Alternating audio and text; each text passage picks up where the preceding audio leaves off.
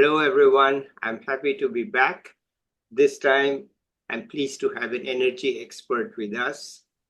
I want to hear what he has to say.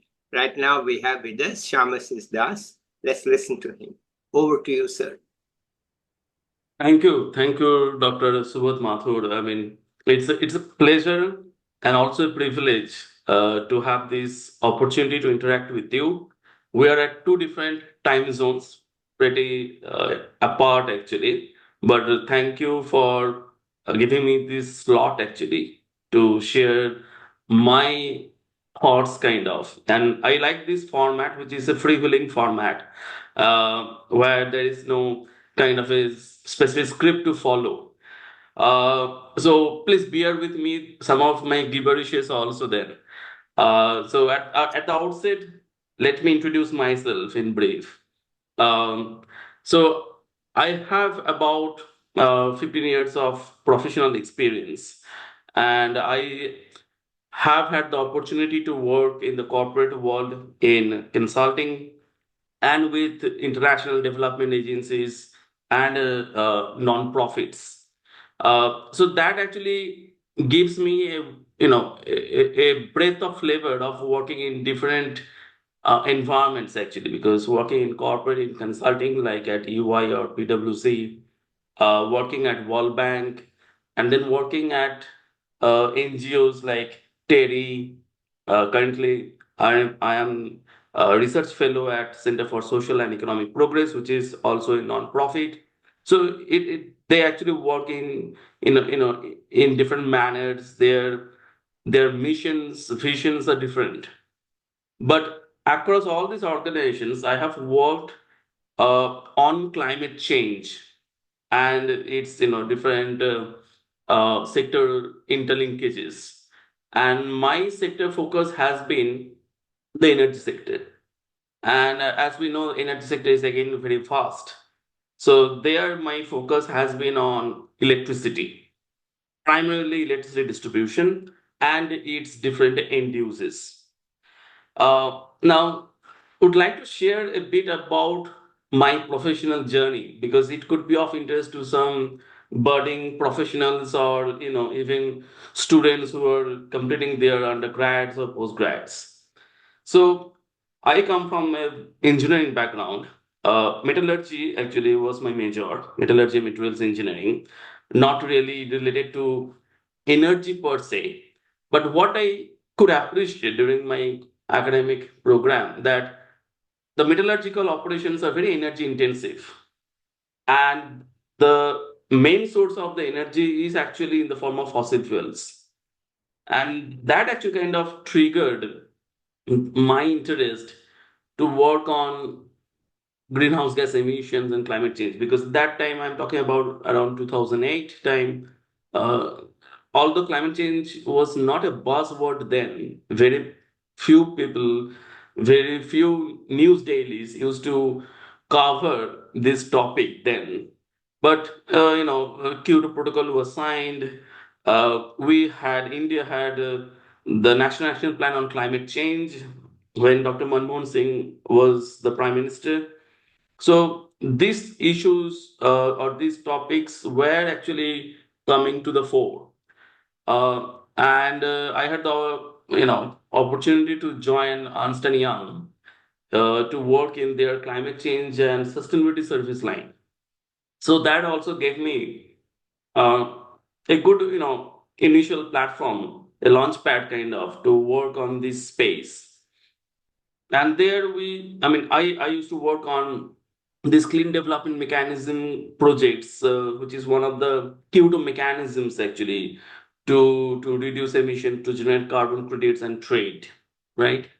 While working there, I realized that energy sector has the kind of biggest contribution to contribution to your GHG emissions actually, or if I say human-induced GHG emissions.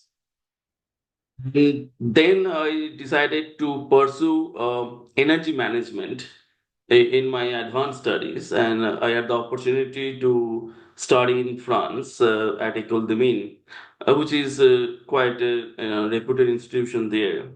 And I did my specialization in energy management. And that actually kind of started my journey to work on energy sector, and then gradually focusing on electricity distribution, because electricity distribution has several facets, I would say. On one hand, it actually caters to the energy requirement of the population, of the economy. So it kind of energizes the economy in a way, and it is also the interface with consumers. So that way, it also impacts the upstream part of the power sector. So as Sam might appreciate that, we say that the distribution companies in India, they are loss making because they are not able to recover the revenue which they need to actually to cover their cost. And they play this important role because they actually distribute, or they cater to the energy requirement of the different end users. And so it is not just the technical thing, there is an economics aspect, actually there is a finance aspect. And our end users are also evolving. And then I realized that, okay, what could be the new major end users which we haven't understood till now? And electric mobility is one of them. And that actually kind of engendered my interest to devote my 7 8 years, my past 7 8 years in this particular field actually. So that is kind of the start of my interest with the EV sector. And I look at this sector through the energy lens and through cross sectoral lenses also actually. So my special interest is to demystify the cross sectoral interlinkages. So how it impacts your power sector, and vice versa, how it impacts the finances, actually how it may impact government revenue, because it's a major transition.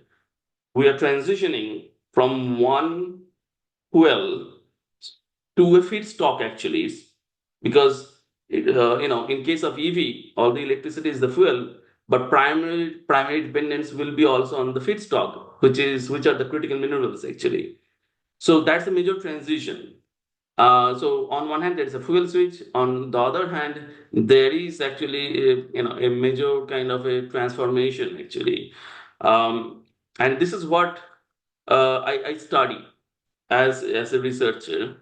And at CSEP also, I primarily focus on the EV part, or on the mobility part.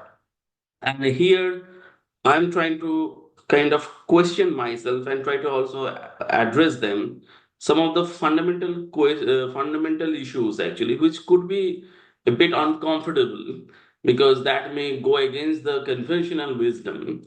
And the starting point is, uh, why do we need to adopt electric vehicles to reduce greenhouse gas emissions? Because kind of that is to me the primary objective of this transition away from petroleum products to reduce JJ emissions. So are they able to do that? Yes, they are able. They I mean, I'm not questioning the ability of this format of transport or this technology platform, but considering the kind of electricity supply mix we have in India at present, uh, how does it play out? And also, I mean, so there are some unknowns now, from fundamental questions to some of the unknowns.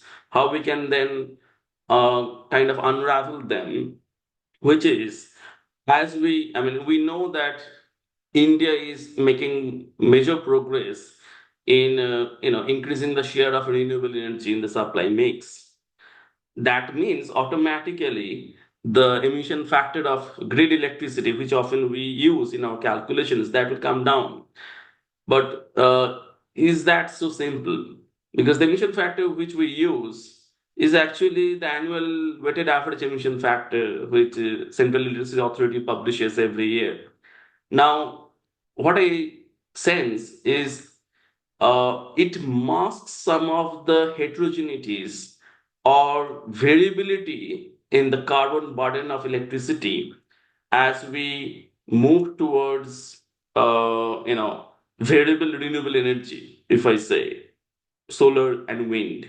Because solar and wind, they are not really constant supply. The generation profile is not really constant. If I talk about the time of day generation or the temporal pattern, and that actually then leads to a pretty significant temporal pattern in the carbon burden of the supply. And as we know that the share of solar will increase in the coming days because we are seeing primarily solar heavy decarbonization initiatives in India, right? So that means we will have quite a clean electricity during the daytime or during the solar hours. But evening and night time may not be that green, and may not be is an understatement, will not be green, because there will be a strong reliance on thermal power during these non-solar hours. And so, if the consumption is happening during these non-solar hours, that may not really, bear well to reduce emissions. And this may not get reflected when we use the annual average emission factor. And so this is actually related to one of my current studies, which is at an advanced stage. Hopefully, in the coming weeks, all of you will see the output, and I will be open to criticism. I will be happy to receive any sort of feedback on that. But to me, I think it is important. We cannot kind of ignore this temporal pattern. And as we know, EV charging primarily depends on, primarily it takes place during the night time because that time most of the vehicles are parked, they are not in use. Yes, sir. No, I was just going to say that I'll put it in simpler terms for people who aren't so familiar with the energy and so on. If you're going to charge your car at night, you're going to charge it with coal. Yeah. Because that's what we use at night to Yes. generate electricity. So if you're going to charge in the night, then you are going to use coal. One of the recommendations should be that when people go to office, if they are driving to office, then the offices must offer in whatever parking facility some way to charge so that people don't have to charge at home at night. Okay, so I think it's a very solid point that people don't realize that if you're going to charge your car at night, then you're going to charge it with coal. I'm just putting it bluntly because people then get the message that look. Okay. I actually wanted to be a bit, subtle actually, because, there are different schools of thought and lobbies actually. So yeah. Thank you I for putting it in understand your simple caution. terms. I understand your caution, but I can say that it's well known in the professional business that you know, um, unless you Sir, you have read my mind actually, as far as that recommendation is concerned. That is actually one of my recommendations in my upcoming report. That provide charging options to employees at workplaces, because that will actually shift. Hopefully, it will shift a share of the charging demand during the daytime, and that would be really helpful actually. And yeah, then along with that, you can introduce time of day tariffs kind of, just yeah, to, kind of encourage people to charge more during the daytime and their cost of charging will come down. So that will act as an incentive in a way. Again, it depends on human behavior. Behavioral economics is actually part of that. We'll see. okay, fine. Please continue. So yeah, so this is these are some of the things I kind of I pursue. I invest my time, um, and so I feel that there are a lot of things which need to be understood better. And if we say that, okay, we know that EVs will help in decarbonizing motorized road transport, or EVs will help with this and that, or this can be managed easily and those kind of things. Let's not take things for granted. I mean, that is again one motto in my life: don't take things for granted.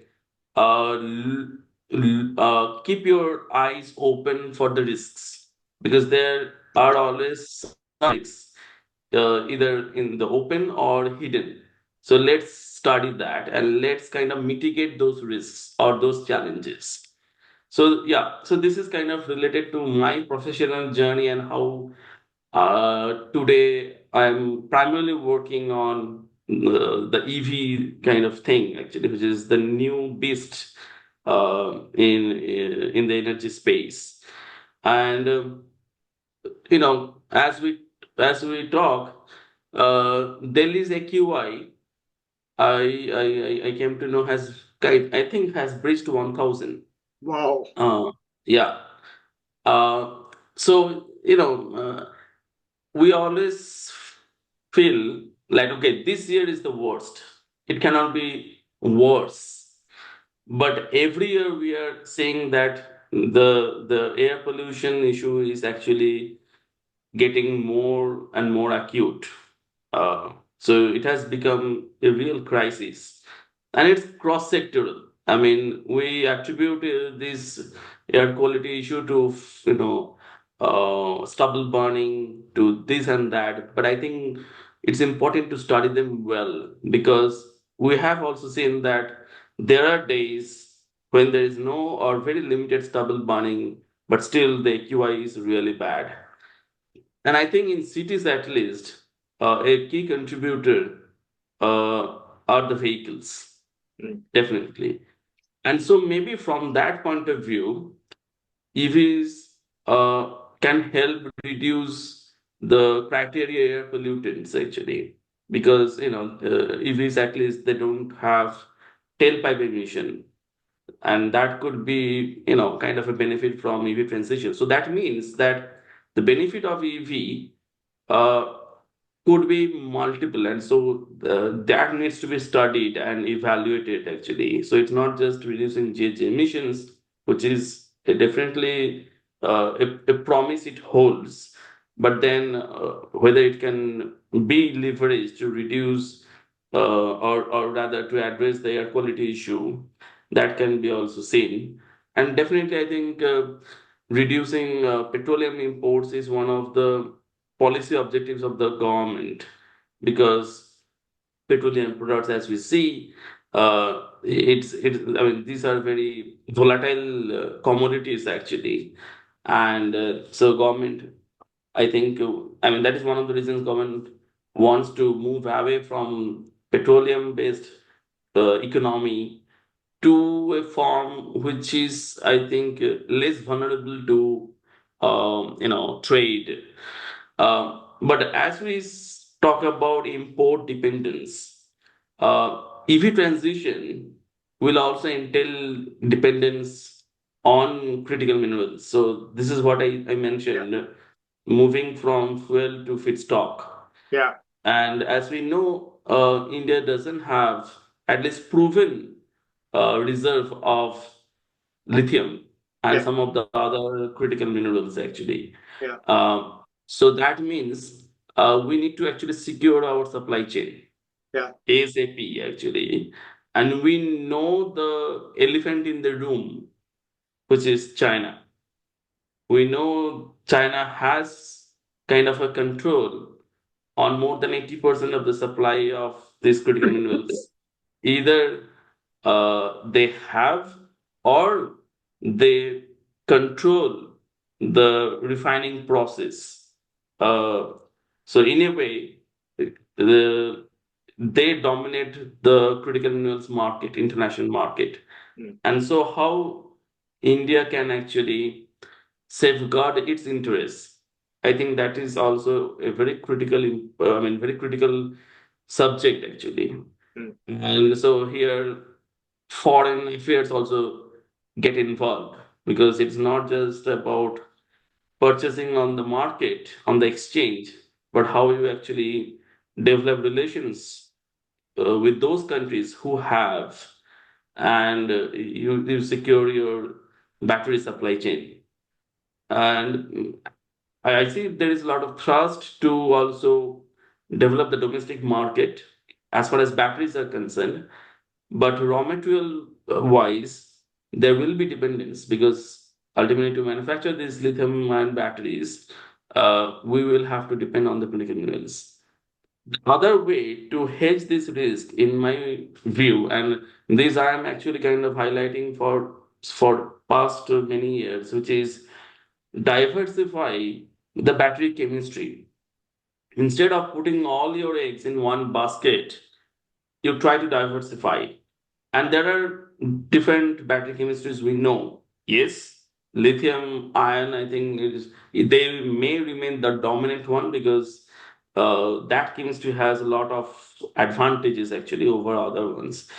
But maybe we haven't come across a new technology, battery technology, which can offer those advantages and can actually reduce our vulnerability actually.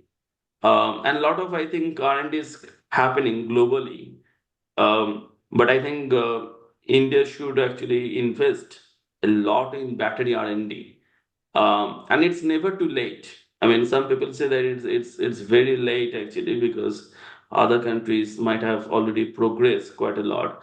But maybe we can develop a new chemistry which other countries haven't really thought through.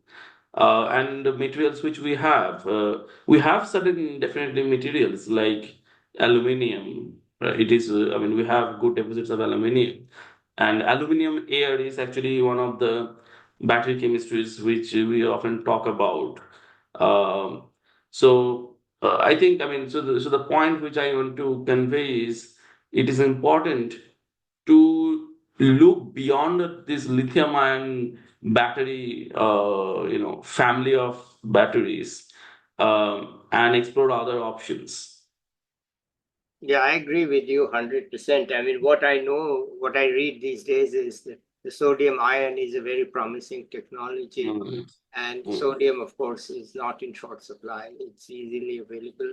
And it looks like that it is one of the next contenders, sodium ion. It's not yet commercial, obviously. No EV mhm, is using it. Right now, we mm. cannot be commercial with sodium ion, but I'm not an expert, but it looks like that is on its It's a way. contender, definitely a contender. Yeah. Uh, And what do and you, by the way, what do you think about hydrogen? okay, so that is another Because when you say major diversify, I topic. didn't want to get you Yeah, into yeah, yeah, yeah, something else, but when you are talking mobility, and yeah. I'll give you my sense of hydrogen that Hmm. hydrogen is not suitable for automobiles, but it could be suitable for heavy load movement. Yes. It could work well for, I mean, in the US, I know that in the warehouses and factories, the movement of heavy stuff within the control is hydrogen, of course, has to come from somewhere. So, but we can use solar to create the hydrogen. So it's green Mm-hmm. that way. Mm. And India is doing something on hydrogen. So, since you are in mobility, um, could you tell us what you think of hydrogen? Definitely. So hydrogen is again a new unknown kind of. Although a lot of reports they comment on this thing, but By I the way, think Shyamasis, let me say something to you, yeah, which sure. which is perhaps a bit crazy, but I think you know they are all different ways of energy storage. Petroleum Mm, is actually nature's way of storing energy, right? absolutely. Right, And right. then we get storage in terms of batteries that we create. So nature Mm, has stored energy in fossil fuels, and we release that energy. And exactly. batteries are another way of storing energy. and hydrogen is another way of storing energy. So, Yeah. you can have hydro, what we used to call as pumped storage. That's another way of storing energy. So I think people should understand that fossil fuels are energy storage. Nature created it, but it's storage of energy. We are unlocking it. We are unlocking solar. It's not a storage, but we store it. And so I think there's a general point that there are options to store. Mm, Right? There are options to mm, store mm. it. So Yeah. let me keep quiet. Let me hear about hydrogen. No, I mean, sir, I mean, you have actually very nicely put this, this aspect actually, because fossil fuels essentially, as you mentioned, that it's the historical storage of energy, essentially solar energy. Unfortunately, when we unlock that energy, it leads to greenhouse gas emissions. Otherwise, I think people would have been very happy actually with that. Um, and I mean, as you mentioned, battery storage, when we are saying that with increase in the share of solar and wind energy, uh, we will see a very skewed profile in GHG emissions of electricity. One way of kind of flattening that, or rather distribute that clean energy over the day, is through storage. And that storage can be in the form of battery energy storage and pumped hydro storage. Pumped hydro storage will depend on several local factors, geographic factors actually. Um, but I think it will definitely have a role to play. Although we will have to see, how in the design of the hydro projects, in the upcoming hydro projects, we can include that. Unfortunately, in the past, we haven't done that when these big hydro projects came up, actually. And also, we know that a large hydro project has some ecological footprints, and it also involves displacement of local population. So there are some risk factors actually. Such projects often get embroiled in litigation, and that's why we don't see a big pipeline of hydro projects actually in India. I think there are these risks. Battery energy storage, there are a lot of tenders coming up. We are calling them round the clock battery and storage projects and those kind of things. But again, I mean, how much we can cater, how much demand we can cater through the storage, that also we need to see. Because India is a very hungry country as far as energy requirement is concerned. So we need actually really like giga scale battery energy storage integrated with renewable energy. Because if we store your fossil-based electricity, coal-based electricity, and then supply to the end users, it doesn't help, right? So we need to store the clean electricity and then supply when natural way of supplying renewable energy is not there. So that is the role of battery energy storage, actually. Now coming to hydrogen. Hydrogen, as we know, there are different grades of hydrogen. Green hydrogen is what we are talking about, which is generated through renewable energy. The electrolysis happens using either solar, wind, or hydropower, renewable power per se. Now, uh, we have to actually consider the conversion factor, which is to generate, say, 1 kilogram of green hydrogen, how much renewable energy we require. Yeah. And my understanding is it is very high. It's quite significant. Yeah. And so we have to actually justify the requirement of green hydrogen based on its application. And so we need to create a kind of, I would say, uh, uh, a graded approach that, okay, these are the sectors which we often call hard to abate sectors, kind of like iron manufacturing, then fertilizers. And as you mentioned, long haul transport, long haul heavy duty transport, which are the heavy duty trucks and even I think the long haul bus transport.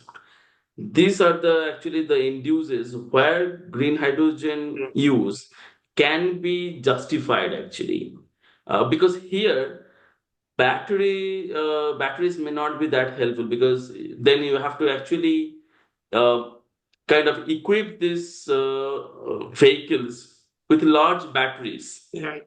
and Mm. these are heavy, these are costly. Yeah. So here, green hydrogen or fuel cell can play a major role.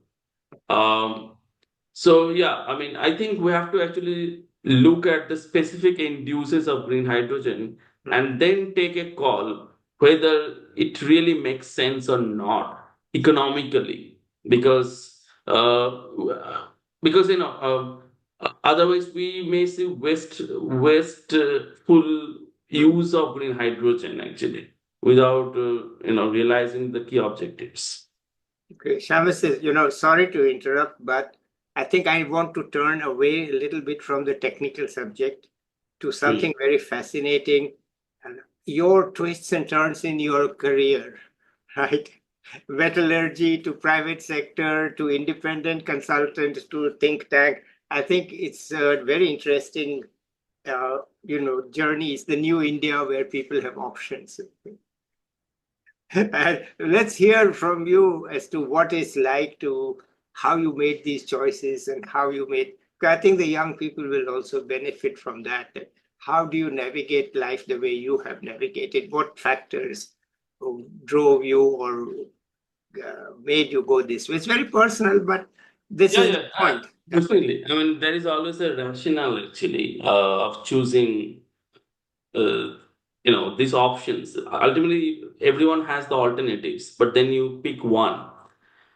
To me, actually, first of all, as I mentioned, that decision to work on climate change and then energy stems from a bit from my academic background, which was, metallurgy, metals engineering.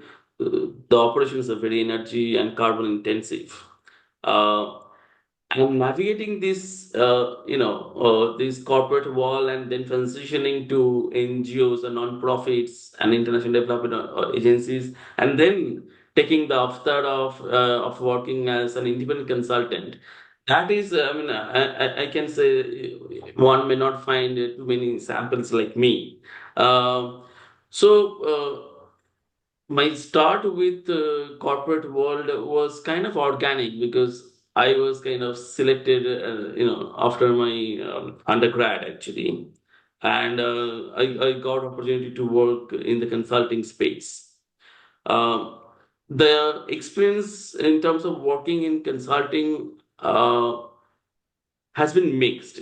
So there are some definitely positives and there are some downsides. So the learning curve while working in the corporate world in consulting, in major consulting firms, can be really steep. And that's a great thing because in a short period of time, one can actually get flavors of working in different projects with different clients, and also on different issues actually. Mm. And that is great for a budding professional actually because you get exposed to different kind of working topics. But I realized that there are downsides. One, um, the satisfaction of solving a problem is not that great because there the focus is to complete a project and not really whether that project is able to achieve the stated goal. And since I worked in that space also on climate change, and climate change is not just related to a business entity or related to a particular Mm. company. Climate change is more societal actually to Mm. me. Mm. And so I realized that maybe in our deliverables, we are finishing the topic kind of, Yeah. but it's not really, like we are not really solving the problem in a way. Okay. And so job satisfaction can be missing actually. The other thing is, and I'm very sensitive to that, is the work life balance. So definitely, everyone has to slog at one point of time, but slogging days after days will actually drain out the energy. And this I realized. And I realized that even I'm not able to think, innovatively actually, because it became too much run of the mill kind of things, because you are just in a hurry to complete things. And so the ideas which you bring on board, or you bring on the table, they become kind of plain vanilla actually. And then I realized that to do justice to the topic or to the subject I am really interested in, actually, non-profits could be a good space actually to kind of pursue that. And that kind of, provoked me to kind of explore working with nonprofits. I worked with several nonprofits like Terry, then AEEE Alliance for an Energy Efficient Economy, then currently at CISEP. And the experience has been really good in terms of like, doing proper research, because you get time and you get the support to do proper research, proper analysis actually. Again, uh, one may say it's a slow-paced world. It could be, but we know that for good cuisines, slow cooking is essential. Fast food is just garbage. Yeah. So it's your choice whether you love a roll or you love a slow cooked biryani kind of thing.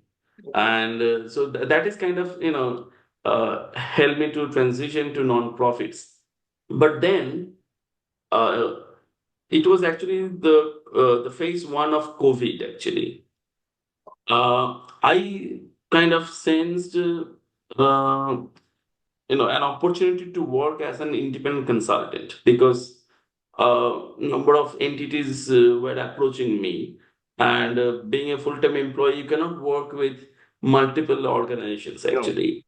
no. So then I decided to take to wear this hat of an independent consultant, Mm. and I had the opportunity. I would say it was a privilege also, that World organizations like World Bank and World Resources Institute, they kind of repose confidence in my ability, in my expertise, and I worked with them for almost 3 years, and the experience has been really great. Uh, but you may question, then why again to non-profit at CSEP? Because I realized there that the concept of working as an independent consultant in India is very new.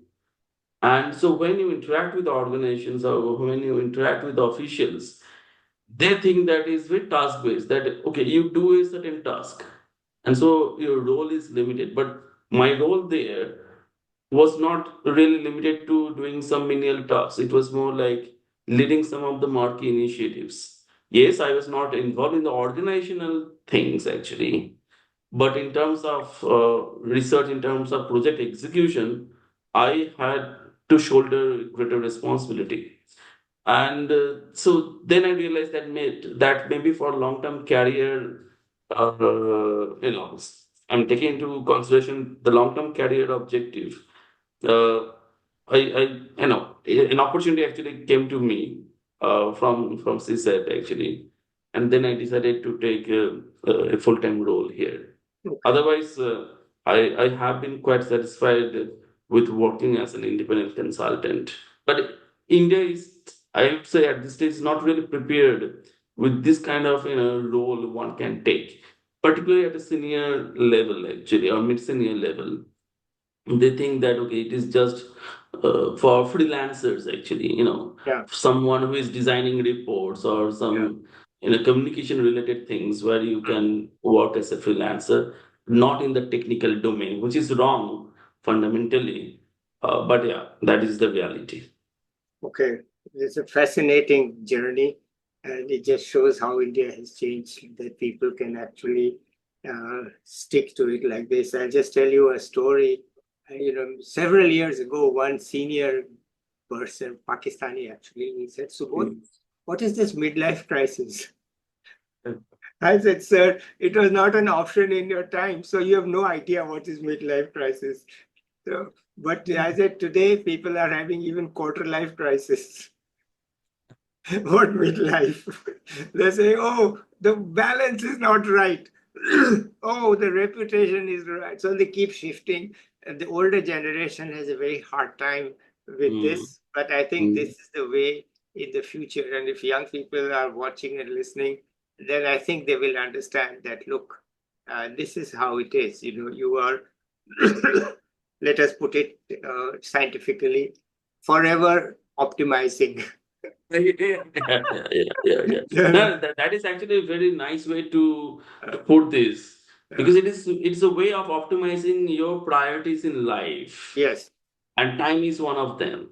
time is one of them. And the new opportunities as they arise, why Yes. not take advantage of them? Why be stuck in your past priorities?